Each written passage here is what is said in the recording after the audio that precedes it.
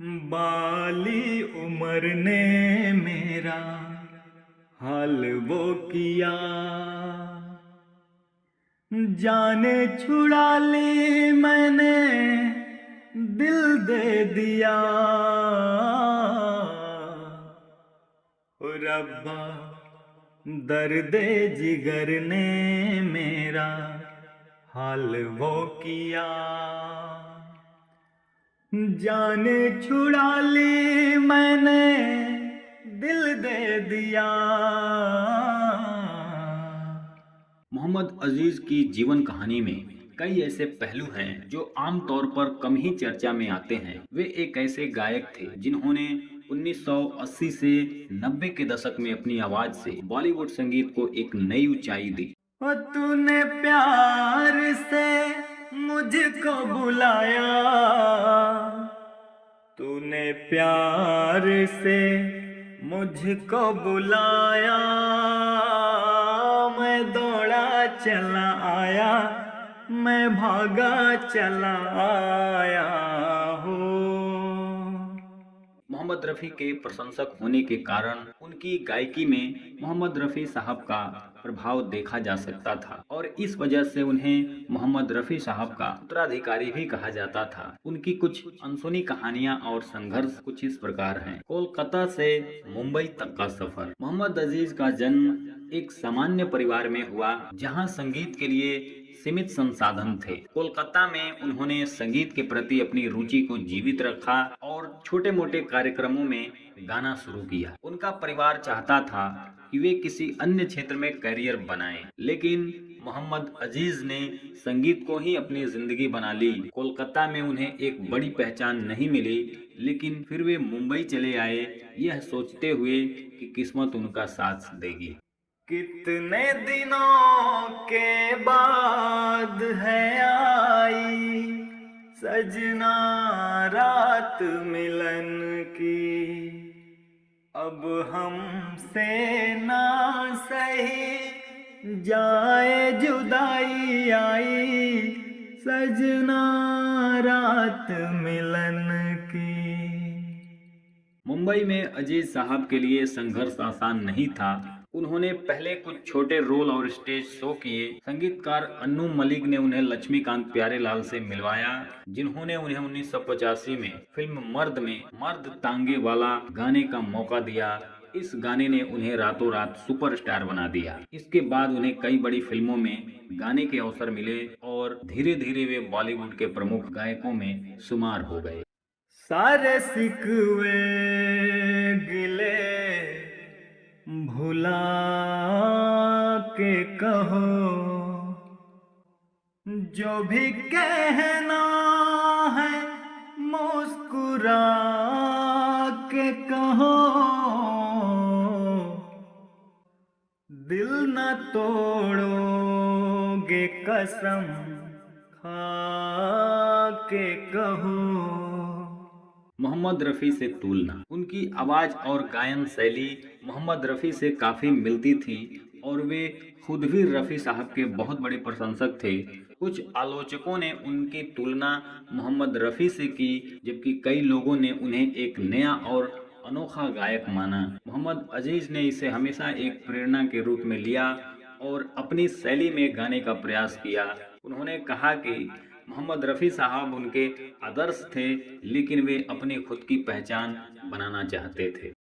तू अकेला ना रह जाए, इसलिए इसलिए तुझे रब ने बनाया, किस लिए किस लिए। अपार सफलता और कुछ विवाद। सफलता के साथ साथ मोहम्मद अजीज की जिंदगी में कुछ विवाद भी जुड़े। संगीतकारों के बीच उनके मजबूत संबंधों ने कई बार विवादों को जन्म दिया। कुछ निर्माताओं ने कहा कि मोहम्मद अजीज ने अपनी गायन शैली को लेकर कई बार सख्त रुख अपनाया, लेकिन मोहम्मद अजीज का मानना था कि वे सिर्फ अपनी गुणवत्ता पर ध्यान देना चाहते थे। इस वजह से वे कभी कभी दूसरों की आलोचनाओं का शिकार भी हुए। तेरी बेवफाई का सिकवा करूं मेरी मोहब्बत की तौहीन होगी। भरी बज़्म में तुझको रुसवा करूं तो ये मेरी शराफत की तौहीन होगी। तेरी बेवफाई का शिकवा करूं तो ये मेरी मोहब्बत की तौहीन होगी। अन्य भाषाओं में भी काम। बहुत कम लोग जानते हैं कि मोहम्मद अजीज ने न केवल हिंदी में बल्कि बंगाली, उड़िया, तमिल और मराठी में भी गाने गाए हैं। उनके गाने हिंदी फिल्मों में जितने लोकप्रिय थे उतने ही अन्य भाषाओं में भी सराहे गए। बंगाली फिल्मों में उनकी पहचान काफी मजबूत थी और बंगाली फिल्म इंडस्ट्री में भी उनकी एक अच्छी फैन फॉलोइंग थी। मैंने तुमसे प्यार किया है, इसमें मेरी खता नहीं। इतना प्यार किया है तुझको, इसका मुझको पता नहीं। मैंने तुमसे प्यार किया है। धर्म और आध्यात्मिकता के प्रति झुकाव। मोहम्मद अजीज बेहद धार्मिक व्यक्ति थे। उन्हें सूफी संगीत और भक्ति गीतों से भी लगाव था। उन्होंने कई भक्ति भजन गाए जो दर्शाते हैं कि वे केवल एक बॉलीवुड गायक नहीं थे बल्कि आध्यात्मिकता से जुड़े हुए व्यक्ति थे। उनका यह पक्ष उनकी सार्वजनिक छवि से परे था और कई लोग इसे नहीं जानते थे। हम तुम्हें इतना प्यार करेंगे कि लोग हमें याद करेंगे, कि लोग हमें याद करेंगे। हो हो। मोहम्मद अजीज ने कई प्रमुख संगीतकारों जैसे लक्ष्मीकांत प्यारेलाल, आनंद मिलिंद, नदीम श्रवण, कल्याण जी आनंद जी और आर.डी. बर्मन के साथ काम किया। उनकी आवाज मोहम्मद रफ़ी से काफी मिलती थी और वे खुद रफ़ी साहब के बहुत बड़े प्रशंसक थे। इस वजह से वे 1980 और 90 के दशक में एक प्रमुख गायक के रूप में उभरे। कसम से और रब्बा कसम से अब ना जुदाई, अब ना जुदाई सही जाए हमसे। कसम से ओ रब्बा कसम से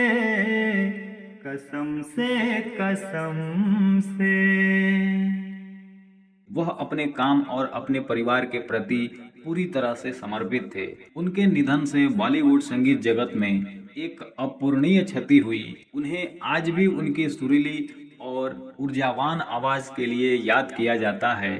आजकल याद कुछ और रहता नहीं, एक बस आपकी याद आने के बाद, याद आने से पहले चले आइए और फिर जाइए जान जाने के बाद।